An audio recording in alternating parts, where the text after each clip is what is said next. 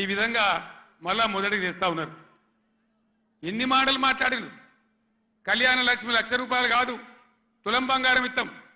ఇచ్చిన రాయనన్న ఒకింటికన్నా వచ్చిందా తులం బంగారం? మరి ఇట్లే కూర్చుందామా? నేను ఎక్కువ గంటల పట్టలు ఉపన్యాసం చెప్పా, 10 నిమిషాల్లో ముగించుదాం. ఏం జరుగుతుందో ఒకసారి ఆలోచన చేయండి. ఇన్ని వాగ్దానాలు చేసి ఇన్ని మాటలు చెప్పి మీ ఓట్లు తీసుకొని అధికారంలోకి వచ్చి ఇవాళ అన్నీ ఎగబెట్టి మళ్ళా ఎలక్షన్లో వచ్చి ఓట్లు అడుగుతారు. ఎట్లా వేస్తారు ఓట్లు? నాకు అర్థం కాదు. వేస్తే ఏమవుతుంది? ఏం జరుగుతుంది వేస్తే? మేము ఎన్ని చెప్పి ఎన్ని అబద్ధాలు చెప్పినా మళ్ళా మాకే గుద్దిండ్రని ఆయనతో ఏం లేకుంటే ఎగబెడతారు. ఇలా ఉల్టా గుద్ది బీఆర్ఎస్ని గెలిపిస్తేనే బీఆర్ఎస్ మొత్తం ప్రభుత్వం మెడలు వంచుతుంది, మీకు న్యాయం జరుగుతుంది తప్ప వేరే విధంగా జరగదని చెప్పి నేను తెలియజేస్తా ఉన్నా. అందుకోసం ఒకటే మాట మీరు ఆలోచన చేయాలి. ఇవాళ అనేకమైనటువంటి ఇబ్బందుల్ని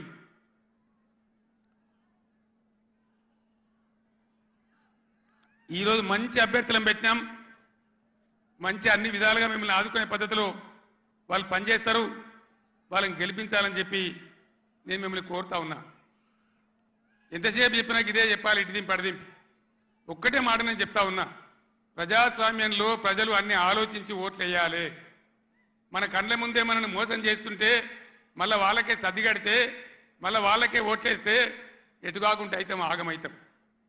సంగమేశ్వర బసమేశ్వర కావాలన్నా, కాళేశ్వరం పనులు పూర్తి కావాలన్నా, కడుపు నిండా మళ్ళీ నీళ్లు రావాలన్నా, కరెంటు మంచిగా రావాలన్నా ఈ ప్రభుత్వాన్ని మెడలు వంచాలి.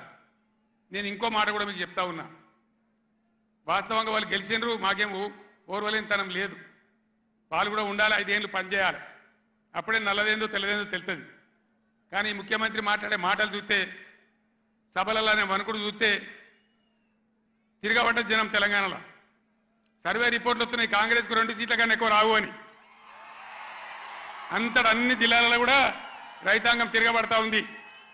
అందుకే ముఖ్యమంత్రి నిన్న నారాయణపేట సభలో ఆయన భయం, ఆయన కంపం చూస్తే ఈ గవర్నమెంట్ ఏడాది కూడా ఉంటట్లేదని మనం చేస్తా ఉన్నా. ఎవడు ఎప్పుడు పోయి బీజేపీలో కలుస్తాడో, ముఖ్యమంత్రి జంపు కొడతాడో, ఏమవుతుందో.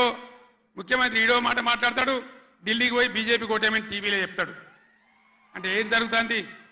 ఎవరికి ఎవడు బీ టీము, ఎవరు కలిసిపోయినరు ఒకసారి ఆలోచన చేయాలి.